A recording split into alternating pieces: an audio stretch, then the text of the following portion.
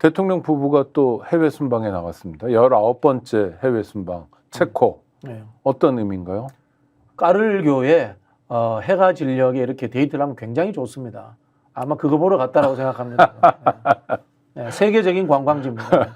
또 뭐가 있냐면 이제 비틀즈 노래를 체코에서 민주화 운동 당시에 틀었던 벽이 있습니다. 유럽의 모든 청년들이 놀러 옵니다. 아마 그거 보러 갔을 거라고 봅니다. 네. 네, 밤에 개 데리고 두 분이 산책하지 않을까 아니 예측합니다. 뭐 하는 거는 무슨 원전 얘기도 하고 뭐 그러는데 저는 체코 원전 수상하다라고 봅니다. 네. 김정호 의원이 질의를 했습니다. 체코가 원전을 건설할 돈이 없어서 60억 달러를 EU로부터 대출을 받았다. 그리고 한국 정부에서 수출입은행과 무역보험공사를 통해 가지고 체코에 지원해줄 가능성이 있다라는 첩보가 있다라는 이야기를 민주당 김정호 의원이 질의를 했습니다. 자, 이게 사실이라면은 정부에서 뭐라고 답합니까? 거기에 대해서 너무 나쁘게만 보지 말라라고 이야기하지 명확하게 답변을 하진 않았습니다. 산업부 장관이. 나쁘게 보지 말라는 건 시인한 거네요, 사실상. 근데 요거는 또 알 수 없는 게요. 무역보험공사와 수출입은행이 제가 기재부 소관인지 산업부 소관인지 명확치 않습니다. 명확치 않은 상황인데, 자, 그러면 이렇게 이거 황당무계한 가설입니다. 다 제 이야기를 다 믿지는 마십시오. 왜냐하면 저도 확인을 할 수 없으니까. 체코에 돈 빌려주고 우리가 빌려준 돈으로 원전 수주에 이렇게 될 수도 있는 겁니다. 네. 그리고 이자도 굉장히 적게 받으면서. 그럴 수도 있는 거죠. 자, 거기에 또 나오는 이야기가 뭔가 하면요. 체코 원전에 24조를 우리가 벌 수 있다고 하는데 24조라는 것은 체코라는 나라에서 책정한 원전 건설 총 비용입니다. 그게 다 우리나라에 온다는 것은 전혀 근거 없는 이야기입니다. 여기에서 건설 비용은 40% 정도입니다. 그러면 10조 정도 된다고 봐야 되겠죠? 10조 정도 되는데요. 여기에 미국의 웨스팅하우스라는 우리나라의 원전 관련 원천 기술을 가지고 있는 회사가 있습니다. 여기에서 미국의 법무부를 통해 가지고 미국의 국내법에 적용되겠죠. 우리나라의 원전 수출에 대해서 태클을 걸고 있습니다. 그렇죠. 지재권 가지고. 네, 그렇죠. 지식재산권 가지고 이제 태클을 걸고 있는데, 만약에 이것이 지금 받아들인다면 여기서 지식재산권 문제로서 웨스팅하우스에 거의 뭐 제가 알기로 20~30% 정도 떼줘야 되는 걸 알고 있어요. 뭐 그런 상황들이 된다고 칩시다. 그 문제도 해결해야 되는데 그 문제 해결도 안 하고 있거나 못 하고 있는 거죠. 못 하고 있는 거죠. 자, 이런 상황이 되면은 실제로 24조라고 했는데 계산을 내보니까 한 기당 3조 7천억. 실제로는 한 7조 4천억 정도의 총 사업비가 될 가능성이 있다라고 김종호 의원이 밝혔습니다. 근데 이 금액이 이른바 중국이 외국에서 건설할 때 덤핑 치는 가격보다도 낮다는 거예요. 이 김종호 의원실 주장입니다. 네. 그러면 그 주장은 윤석열 대통령이 외교 성과를 과장하기 위해서 정부기구 또는 준정부기구를 동원해서 별의별 짓을 다 했다 또는 하고 있다. 그걸 보여주는 거다. 지금 체코 방문이. 성과 부풀리기 의혹이 있다고 생각하고요. 그래서 실제로 체코 가서 중요한 건 원전 수주가 아니라 산책이다.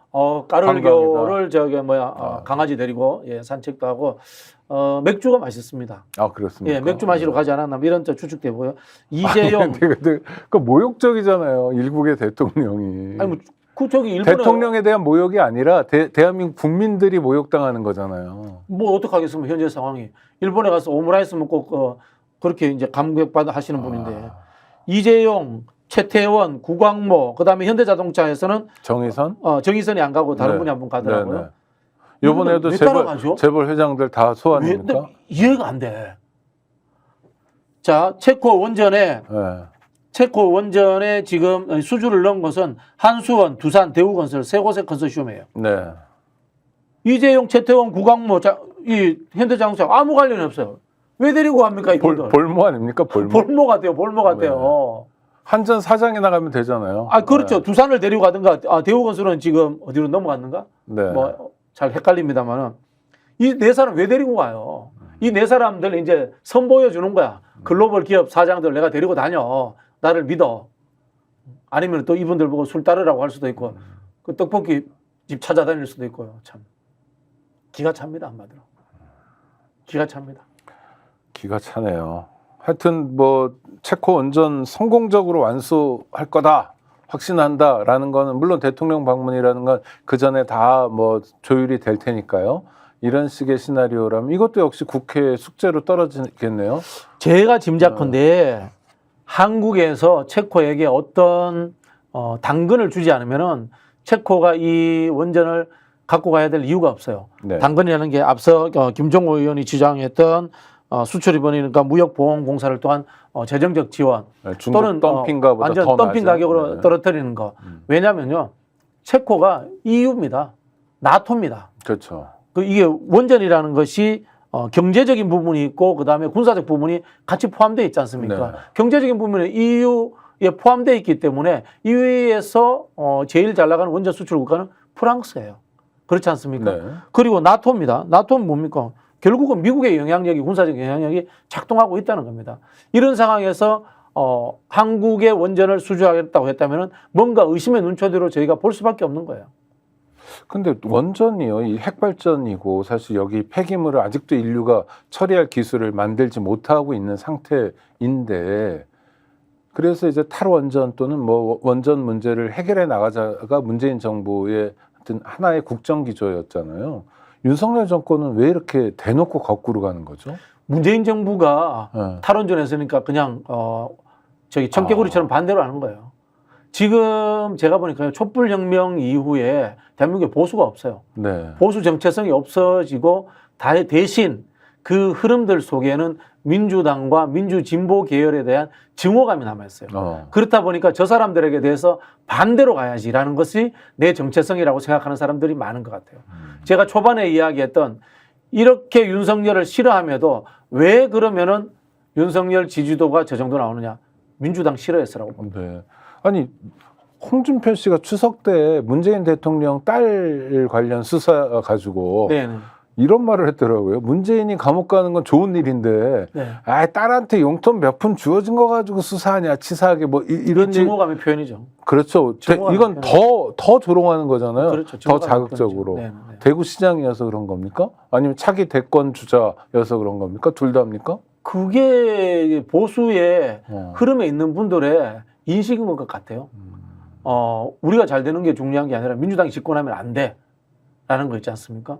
윤석열은 싫은데 윤석열을 쫓아내면은 민주당이 바로 집권할 것 같아. 홍준표 시장이 그런 이야기 대놓고 하잖아요. 근데 대구 경북에서는 통할지 모르지만 전국 선거에서는 안 통하죠. 그러니까요. 네. 그러니까 이제 그들이 계속해서 협소화되고 있는 거죠. 네.